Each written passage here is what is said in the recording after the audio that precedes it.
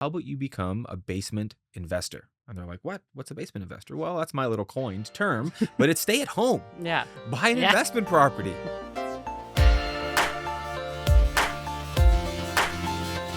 Welcome to The Homestretch, your go-to podcast for real estate trends, expert insights, and unique paths to homeownership. In this episode, our relationship team manager, Jackie Ellis, sits down with our referral partner and mortgage agent, Mac Phillips, to explore his unique journey into the mortgage world, smart buying strategies, and how co-ownership is opening doors for Canadians.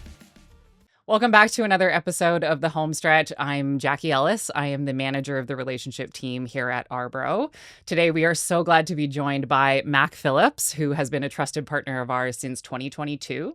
Fun fact, Mac was actually the first mortgage agent I worked with when I started back in 2022. So we're thrilled to have him here today. Thanks for joining us, Mac. My absolute pleasure to be here. Thanks for having me, Jackie. Awesome. Okay, when you first became a partner with us, Ourboro was fresh on the scene. We were a new concept in the space.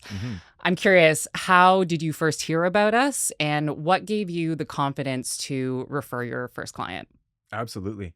I think we were very fortunate in the fact that we have a leader, Lauren Andrews, at our brokerage, that the second he knew the impact that this would have on young homeowners and new Canadians, he said, this is something I really want to invest my efforts in. And obviously using, reciprocity and really moving forward to do his best to grow your company alongside ours, we really had a shoe in early on. So speaking with Lauren, understanding the value and understanding where you really want to run towards a fire from the sense of when there's value to be had, that's where we can really step in and offer some additional things through Ourboro. So we really had the foundation and the education from day one. I've been having a blast connecting with your team and helping homeowners. We are so lucky to have Lauren as a partner. I'm really glad that you mentioned him. He's been so great since day one. So I wonder, was there a moment or a client story or an outcome that really cemented your belief that shared equity had a space in Ontario's real estate marketplace specifically? Yeah, 100%. I think early on in the business, I was relatively new at that time as well and looking to find my way and to find a niche. And when losing battles to the bank on rate, having clients that are not able to qualify, and also partners looking to help their clients get qualified, it's like, holy smokes, this actually worked. I got a client that would have never been able to buy a house, who was going to have to rent possibly for much, much longer or forever, has actually now been able to get into a home. And I had something to do with that. That really lit a fire under my bum. And that's when I realized, hey, Ourboro is fantastic. Let's do our best to try to grow this together. You're looking to buy your first home, but it's taking forever to save for a down payment. And your parents are not quite ready to give you their life savings. Check out Ourboro, Canada's new way to buy and own your home. Ourboro will invest up to $250,000 to help you reach a 20% down payment. Then when you sell, we share in the home's appreciation. Learn more at ourboro.com. That's OURBORO.com. OURBORO.com.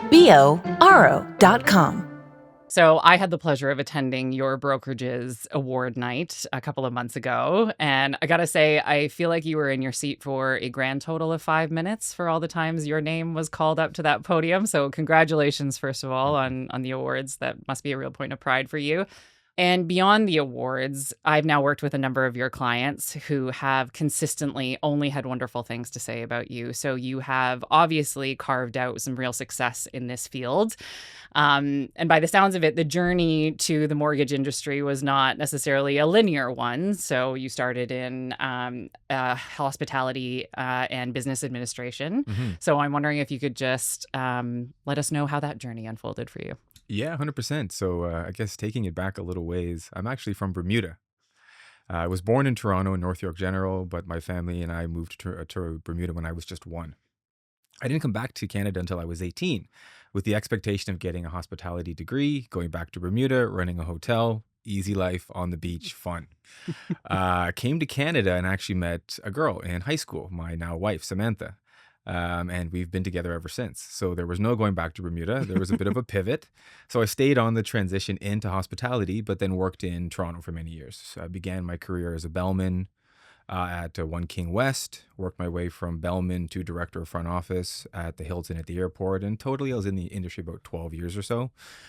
Maybe this fun fact will ruffle some feathers, but I worked for the Trump Hotel when it first came to Toronto. He Mm. wasn't, in the same light as he is today, but I was part of the pre-opening team Wow. for the Trump Hotel back in 2012. So that was really exciting. And then use that level of five-star experience to transition me into four-star hotels. And I did really, really well there. But I always felt as though I was missing something with respects to the opportunity to growth in my career. Once you're at a director stage, there's really no further to go besides GM.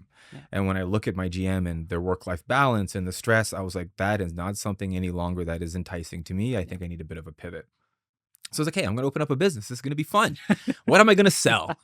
No capital, no real understanding on how to run a business. I said, hey, what can I do with no capital? I had friends that were in real estate. I always understood, hey, maybe real estate, maybe or realtor, or maybe on the mortgage broker side. But I was always in a sales finance role, being in the front office Yeah. anyways. So I'm like, hey, I think it's a natural transition into the mortgage industry. And at that time, COVID was on our heels. My hotel occupancy went from 97% to 10%. Right. We laid off 50 people overnight in my department. My department, I think we had about 55 people. Yeah. So I was one of 5 that was left. And I went from running the department to working overnight shifts because there was no more overnight auditor. Like, we're talking a big upheaval Yes. of what we were, Yes. considering normal. Yeah. And then at that day, I was like, okay, you know what? This is my perfect opportunity to make a transition. Got my license at night, working the overnight shifts. And then I got laid off. And I was like, oh my God, I got laid off. My wife was like, this is perfect. When would you have ever had an opportunity to actually invest 100% of your effort in this new role? Just do it. Yeah. So 2021 started in the industry with no business. I wasn't really big in my relationships, very head down in the corporate industry. So I didn't have that big friends list to call to The say, network. hey, Yeah. right? So I literally started from day one. So it's kind of cool because I look at myself as saying, hey, if I can do it, that old saying, literally you can, but I think I'm a really poster child for that Yeah. because I came from someone that was not confident, did not have the relationships to build, and have done, I think, quite well over the Yeah. last few years. So that's just where the business has taken me. So now it's year 5 and it's like, holy smokes, has it really gone that fast? Yeah. And I feel like I have a background in hospitality as well. I feel like that's such a great path to cut your teeth when learning how to deal with Fair. people in all facets. They're coming to you from all walks of life, Yep. and you just have to maintain that kind of equilibrium. And I think there's a lot of, lots of parallels to draw between the kind of hospitality industry and the Yeah. real estate industry as well. So 100%. what a fascinating story. Thank you. So, for anybody who is listening today who is maybe in a completely different field but curious about dipping their toe into the world of mortgage, becoming a mortgage agent, what would Yeah. you say to them? I would say that if you are someone who has discipline, has self-drive and determination, and has the wherewithal in order to get up every day with drive, then this could be a great industry. I think the biggest thing that I had to understand was that it's not about learning mortgages. It's really just about the mindset. You can be self-defeating and fill yourself with negative mindset and self-talk far easily than you can the other way around. So getting up and having that as a foundation of your day, I think is what's going to really set you apart. So the morning routine, the gym, whatever it is that you want to do for yourself, don't get up and get on your phone and get into that negative mindset because it's going to be difficult to get on the phone and Yeah. convince yourself to push through every day. Yeah. I know tons of mortgage brokers in the industry, 12 years, 14 years. They don't make their calls because they get in their head around what's on the other side. Do these people want to hear from me? You need to convince yourself that you're adding value, that Yeah. everybody that you're calling today is not as good or will be better off if they pick up your call. Yeah. If you've convinced yourself of that, you'll be a great mortgage agent because you love people, connecting with people, and that's really all it's about. It's about marketing and it's about knowing people. Yeah. The mortgages come secondary. You need to get one in the door to actually know how to work it, but you've Yeah. got to build those relationships to actually get that business in the door. Yeah, and to your point, Yeah. really focusing on the balance as well. You can't fill up someone else's cup if yours is empty. So Bingo. I fully agree. Just taking the steps that you need to take to get yourself right before you're out there helping others. So that's great. Thanks, Mark. 110%. Yeah. Now, your Instagram is great. It is full of really smart, accessible tips for prospective buyers. So I'm curious, what would be one practical tip that you would give to a first-time buyer who's looking to start their homeownership journey? Yeah. Savings advice or anything like that that you'd be willing to share. That's perfect because that's actually what we're doing right now. I think it's all about adding value to that borrower. There's a million mortgage brokers, there's the banks, there's tons of realtors. How do we cement ourselves in the success of this family around getting ahead of when they're ready to buy? So right now, we're doing a lot of strategies with our property management companies and realtors into the tenant pools. When are you going to buy? 2, 3 years out. Let's cement that relationship now and actually make sure that it's not a pie in the sky idea Yeah. that, hey, you're holding yourself accountable to. Let's build a team around you and get that education now. So, financial planner. Let's actually understand what that savings goal needs to be. Let's do a pre-approval from day one. Yeah, you're 3 years out. Do a pre-approval now. Yeah. Unless you know what the financial plan needs to be and how much money you have to save, you're never going to buy for the vast majority of people. So that would be the advice. Contact your mortgage broker, your bank right away. Get the financial plan in place. Yeah. Contact that financial advisor. Get your FHSAs, your RRSPs, and your TFSAs topped up so that in 2 to 3 years or whatever is financially sound, that you have that goal coming down the pipeline. Couldn't tell you how many times I talk to families, 2 or 3 years are continuing to rent, but there is no foreseeable future where they Yeah. can see themselves owning a home. Yeah. We can often make that plan 18 months to 2 years if there's accountability. Yeah. And it's not me saying, hey, have you saved the money? Because Yeah. that's awkward. Yeah. And the realtor's not going to do that. That's what the financial planner's for. Yeah. They can hold them accountable, make sure that there's actually a realistic goal and an outcome. That Yeah. we can And help start the family building with. those habits early, right? Like those savings habits that Yeah. just kind of become muscle memory over the course of a couple of years. And then next thing they know, they've got enough for a down payment. So, 110%. yeah. And they just need 5%. exactly. Exactly. And then what? Yes. So, when speaking to clients that you think might be the right fit for Ourboro, how do you introduce the idea of co-ownership, and what do you find is the most consistent reaction? Because I can imagine it would be a mix of excitement, skepticism, confusion. What do you feel is sort of the most consistent reaction when talking to people about Ourboro? 100%. So the thing is about having to appeal to what's in it for them and really pushing on the sides where there's more roses blossoming versus the skepticism of what this structure looks like. So what I initially do with the client is I give them an understanding as to the power it has on their budget. So whenever I offer pre-approval, I send them 2 spreadsheets, the normal pre-approval and the one with Ourboro. And often the one with Ourboro actually has lower closing costs because it's just 5% down versus what they were thinking they had to do with the traditional route. Yeah. So right off the bat, they're like, wow, less money. That looks good. And then what I do is I send them a video. I've created like a slideshow of my own that you've sent to me that I've personalized Yep. that I sent to them. And I said, hey, in the next 7 to 8 minutes, you can watch a video and get a much better understanding as to what's happening versus me just talking in your ear. Yeah. And when you're done on the video, let's then have a more guided conversation about unpacking questions. Yeah. That usually gets people to say either yes or no really quickly. And then if it's a no, I'm looking to ask more questions. Sure. What exactly is it? Is it just the fact that you don't get all of your equity? And most people say, hey, that equity split, tell me more about it. Yeah. And I'm really able to identify 3 key areas, in my opinion, where I'm able to sell to what's in their best interest Yep. and surmount the equity split concern that often comes up right away. Sure. And then through that, help families. Yeah. Okay, Mac. And if you would, we would love to hear about a client of yours that you referred to Ourboro and, something interesting about their story or anything memorable about, kind of the journey to get there and ultimately have them close on a home with us. Yeah, 100%. There was actually one that we had at the beginning of this year. We're a young professional. She was referred to me from a realtor partner that was really good friends of hers.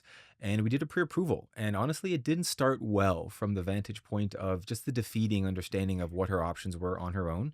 Like when you're making 6 figures and you're a young professional and you believe you're ready to buy a house, finding out that you can't actually get the home in the location that you're looking for was disheartening. For sure. And actually the re-education around what her options were was the biggest opportunity in the transition because I think it's new. Nobody really understands co-ownership or Ourboro and sees the value. And think often we look for why things can't be done or won't work before we look at the positive. Yeah. And then she was actually one of the few people who we said, hey, let's just look at where you're going to be right now and where you're going to be in 5 years and what that investment's going to look like. Yeah. You're renting. How much are you going to spend in the next 5 years? Those numbers started to shock her. And it raised the awareness of how important it is for her to buy a home. So when we did her side-by-side comparison, without exaggeration, it was $475 to $620. Yeah. That's the buying power shift for Yeah. her. Went from renting or maybe living in the 905 suburb far from her job to buying in the downtown core. So she bought a townhouse and closed in January. So really taking someone from someone who would not have been able to do it on her own to get into a home that she's comfortable with and is looking for longevity in warms your heart. Love that. And that's why I thought it would be a great example for that That conversation is today. for sure. And Yeah. she would definitely not be alone in that scenario. You know, we work with lots of people who are young professionals who make great money for all intents and purposes on paper, should Yep. be able to do this on their own. And it's just market forces working against them Yep. to no fault of their own. So now, of course, we've seen a lot of change lately. Everyone's real bored of the word change, but change is a constant in the real estate industry, be it policy changes, market conditions, interest rates, all of that. Mhm. I'm sure you're no stranger to the dance of having to kind of have those more nuanced conversations with clients. But Yeah. talk us through how these shifts kind of shape the way that you speak to clients, be it about conversation about home ownership itself or even the strategies that you might recommend to them. For sure. So I think a lot of it has to do with understanding your borrower and your KYC. I think we're too quick to recommend what we think is that boilerplate solution because it's what works for us without really asking enough questions. So right now, the foresight is what is the short and long-term goals of that family and also what is happening in the marketplace. Yeah. Where do we expect rates to go? How long are you going to hold this property? What is the ultimate goal here? And try to talk through worst outcomes first so we can get them in front of it with actually all the right information. So right now in the marketplace, yeah, we're competitive against the banks, but at the same element, I feel like we're winning the battle Mm-hmm. from the sense of I can actually talk strategy, I can talk about tax benefits, CRA credits, and I can talk about long-term goals far differently than the capacity I find they get at the branch. Yeah. And moreover, after the mortgage closes, I don't run away. And I think a lot of people are like, wow, you're actually in touch. My bank hasn't called me in 4 years Love until that. my renewal came up. They see value in the partnership. And we're starting to be able to push past rate and push past ease of doing business to strategy. Yeah. And that's where Ourboro really shines. Often families don't understand that piggyback from working with a lender that's not their bank to get back to that bank. So once we understand, hey, what does that 1 year, if you will, transition look like back to working with the prime lenders, we're able to really knock down a lot of the walls that's keeping people from using these kinds of programs. Yeah. And I feel like Yeah. that is really what distinguishes, a good mortgage agent from a great one is recognizing that this is potentially a lifelong relationship. Like this is long-term financial planning Big time. and you are very much a resource for them. And that is, that's a lot of responsibility. So it's great to hear that is getting to know more about the client before offering sort of any sort of boilerplate advice to your point. And then just further to that before we move on, I think just further to like the sales process, we're business owners. Mhm. Look what we had to do to initially earn the trust to finally sell to that client. Mhm. Why let that go when Yeah. the mortgage closes? Yeah. That's the start of our relationship, Yes. right? I've proven myself. The mortgage is closed. You're happy. Now, how do we grow together and move forward? Yeah. Not the door closes and I never talk to And you this again. is it. Yeah. Yeah. I know. Agreed. I would love to tap into the buyer mindset right now, since Okay. I know a lot of your day is probably spent talking to buyers who are exploring the idea of homeownership maybe for the first time, or even those wanting to re-enter the market. Maybe they've been renting for a while and now they want to get back in. Okay. What trends, if any, are you seeing with buyer sentiment specifically that you're kind of keeping an eye on? Are people exhausted? Are they excited? What are you seeing in the market these days with buyers? Yeah, I think the average buyer has taken a step back from the vantage point of they don't think that it's possible. Yeah. They look at the numbers, they look at the interest rates and the cash flow, and they're like, wow, I can't afford to do this on my own. Yeah. So what we're doing with a lot of folks is saying, hey, how about you become a basement investor? And they're like, what? What's a basement investor? Well, that's my little coined term, but it's stay at home. Yeah. Buy an Yeah. investment property. So a lot of people are thinking that they can come up with the shortcomings in the cash flow to actually buy an investment and have that grow long term versus stomach it or stomach the weight of all of those expenses themselves. Yeah. But for a lot of people, they're taking a step back. If they don't have to buy, they're not. If they can stay at home for longer, they absolutely are. Yeah. But where I see things that are really cool and what I excited me about Ourboro from day one was I saw the writing on the wall where co-ownership, not from an investment perspective here, but from friends Yep. getting together. Yeah. Part of my marketing was I saw 2 young ladies had gone to university. There was actually something in the news years ago, and that's what actually I use as a part of my branding is nature will find a way. Okay, these two Yes. young ladies went to university together. They liked one another to share a dorm and said, Yeah. holy smokes, we have a university degree Yeah. and we still can't buy a house. How about we buy one together? That's actually the cover plate for my Ourboro presentation, Yeah. saying this is what people are doing. If you can't, this is one option. And this is now the Ourboro is that roommate. Yeah. Ourboro is that roommate, essentially. That doesn't have to live with you. Bingo. Yeah. Yeah. So Like it's- this structure has existed in communities Yep. for eons. And, with us, at least you have a contract in place and we don't have to live with you. So There yeah, you go. I'm actually 100%. helping two young guys right now buying a Um, house together because they're right. Yeah. I can't afford it on my own. So how do we get into the market? That's what we're seeing more and more of. Yeah, love that. And just kind of, carrying on the conversation about uncertainty, unfortunately, but with rates, with regulations, politics, Mhm. how do you find that you stay grounded and keep your clients confident in their decisions? Or, you kind of have to see the forest for the trees and get rid of the external noise and just sort Yeah. of keep them on the path. How do you kind of ground those conversations? Sure. I think the first thing is that I'm more valuable in turbulent times. In 2021 and 2022, when rates were low, I was less successful as a business owner from the vantage point of they really don't need me. Yeah. If you can walk into TD and get a 1.5 interest rate, why would you call a mortgage Yeah. broker? There's really no need to do that. So not that I like the turbulence by any means. However, I'm more valuable in the eyes of the clients because strategy takes precedence. Yeah. So as far as keeping grounded, it's really about talking through every different example. Yeah. So for a lot of people, they're like, Mac, I don't want anything with volatility. This variable rate kicked a lot of people's butt that I know. There's a lot of horror stories out there. I want a fixed. So I talk about risk appetite and how they are as an investor. And I've actually had this conversation as really recently as yesterday. And the client's like, oh, this is a fun game. Let's talk about this. So it's, hey, if you took a fix today and rates went down, would you be like, you know what? No. I made the right decision. I stand by that. I'm comfortable with my budget. I don't mind that I'm leaving a bit of money on the table. Yeah. Or would you be like, holy smokes, we've missed out on an opportunity? Or the other side is if you woke up tomorrow and interest rates are higher and you're in a variable, is that going to create anxiety? Yeah. How does this mortgage feel? Yeah. Before we talk about the numbers. And most people will say, you know what, I'm okay with the volatility, or I'm okay losing money because I want that peace of mind. Yeah. Then that's the direction that we go in. Yep. And we talk about how to get the best of both worlds on whatever area that they feel most comfortable with. Yeah. So a lot of families right now like a variable interest rate, but I say, hey, if you're going to go down that path and interest rates drop, you have to be comfortable that at some point you may have to lock in. Yeah. A lot of investors said, I hate fixed, so I'm never going to lock in. And look what happened. They went Yeah. from 1 to 7. So I tell people now, if we drop to 1%, are you comfortable riding out a fixed interest rate? And Yeah. if you say no, I'm not going to put you in that solution. Yeah. And that's how we help them stay grounded. I want them more involved in the decision making. Yeah. And that makes them feel more comfortable. Yeah. And working through those hypotheticals, like Yeah. you just got to sort of explore every avenue and what the possible outcome and comfort level of those outcomes Bingo. would be. Yeah. That's great. Okay. Now we are going to get into the crystal ball segment of Okay. of our podcast. I brought one with me. Okay, good. You came prepared. We love that. Lots of talk about the condo market specifically, and especially in the GTA, oversupply, Yeah. all of that, and lack of new starts, and there's lots of stuff happening with that market. Sure. What are your thoughts on where that market is heading and kind of what kind of impact that might have? So the condo market is certainly on fire right now, from the sense of I think there's 7 or 8 months of inventory in the Yes. condo market.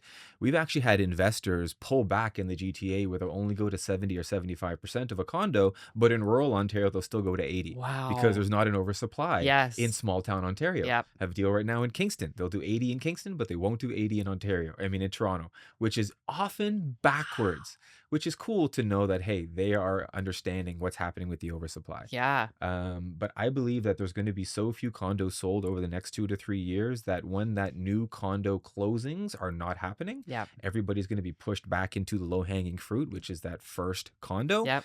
and values are going to go through the roof. Okay. So if you're an investor right now and you can stomach poor cash flow for the next 2 or 3 years, or you're an end user and you're like, you know what, this is okay, Yep. you're going to do really well by 2030, Okay. in my opinion. Yeah.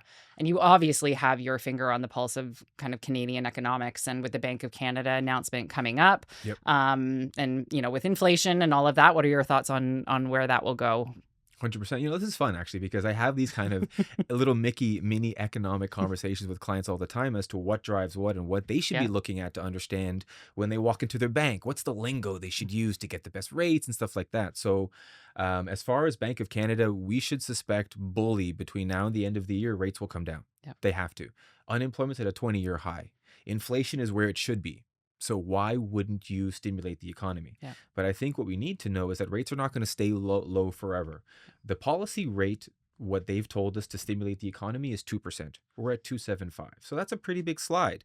But what that's going to do is fuel debt spending. That's going to fuel us getting out. It's going to be around the holidays by the time the rates are low. Inflation's going to go up like wildfire. Yeah. And then they're going to have to then increase them again to slow the economy down. It is a roller coaster. There's no way to set a standard interest rate that's allow the economy to stay harmonious. Yeah. It's going to be a roller coaster up and down. So anybody in a variable, expect there's going to be some savings in the immediate future, but that in 2 to 3 years, rates will come up. And I think one additional comment to that is traditionally with a 5-year interest rate is cheaper than the 3-year interest rate. If you look at fixed, Yeah. they usually incentivize you to lock in for longer Yeah. with a cheaper rate. It's the opposite right now. A 3 is lower than the 5. Well, what does that tell you? It tells you that the banks are hedging their bets, Yeah. that they believe that in 3 years, rates will be higher than they are today, Yeah. or else they wouldn't charge your premium for that last 24 months. Yeah. So for a lot of people, they should be thinking of that. Don't take a short term thinking it's going to be cheaper in 3 years because it's already writing on the wall that that's not going to be the case. Interesting. That segues perfectly into this next question is, beyond rates and inventory, what are some trends that you yourself are keeping an eye on and that, buyers in today's market should be aware of or even long term should be aware of? Yeah, I think the longer that you can lock in right now is something that I would recommend, especially for first-time home buyers. Yep. We're doing the competitive analysis right now, and for an extra $20 a month, you get the peace of mind that for the next 60 months, you're locked in at 4% or even below Yep. 4%. I think what people should also be looking at is optimizing their rates. Yep. If you're an active homeowner right now, you do not need to wait for renewal to get down to market value. You Yep. don't. Yep. I think a lot of people are told at the bank, hey, there's a penalty, and you just forget Yeah. about it, not knowing that that penalty can be clawed back within the term and then additional savings. So optimize your rate now, Yeah. because when you come up for renewal in 36 months, you may be shocked that you're not going to get a price ticket decrease. It might even be higher. So make the change now. Yeah. Rates are at 4%. We're doing it right now for many, many investors. Love that I'm learning things. Yeah. Not that I know everything, but I love when I get to learn things on these. It's so interesting. Before we wrap up, let's leave listeners with something they can take away, whether it be industry pros or buyers. What's the best piece of real estate advice or best sort of professional advice that you've received? Okay. Well, I think we work with a lot of investors. So I think the biggest thing right now is what to invest in. So if we're talking about market current, how do we deploy capital right now and today and almost look in hindsight of what was impacted in the last 24 months, the writing on the wall is that moving forward, the way to protect your investment is through multifamily Yeah. and through commercial. Yeah. Because commercial is based off of the rental income of that property. It's not based on buyer sentiment. It's Yeah. not based on marketability necessarily. It's based on the numbers. So if you think of a commercial property as a business, that business has to be self-sustaining and has to carry its own mortgage. So no matter what happens with that business, as long as the rent and the income is the same, the value of that business maintains. Yeah. So if you're going to be shifting money into real estate, single family homes and condos was essentially a thing of the past. Yeah. It's multi-units and more importantly, something 5 units or above where it's commercially financed. Okay. You can build a corporation. 2 or 3 people can get together, form a corporation, and begin investing in multifamily and commercial. That would be the best advice right now to deploy capital in real estate. Thanks. Yeah. Okay. And finally, what would you say to a fellow professional who is considering referring a client to Ourboro? I talk to real estate agents every day who have never heard of Ourboro, and shame on them because it's been around for quite some time. If you're in the mortgage industry and you're not using Ourboro today, you're simply missing out with a massive weapon in your arsenal. I couldn't tell you how many times I'm having the conversation with families today where it's relevant, and we're not forcing it down their throat. These are people who need this solution for whatever reason or the other. Yeah. So if you're in the mortgage industry and you want to be able to add real value and provide really creative solutions, Yeah. Ourboro has to be on that list of opportunities to present to them. Mac, thank you so much for coming today. It's been a pleasure having you on the home stretch. Before we wrap up, why don't you just tell folks where they can find you? Yeah, 100%. I'm pretty active on social media. My handle's super easy. It's Mac Mortgage Broker on all platforms. And phillipsmortgage.ca is my personalized website. Amazing. For everyone else, please like and subscribe, and we'll see you on the next episode.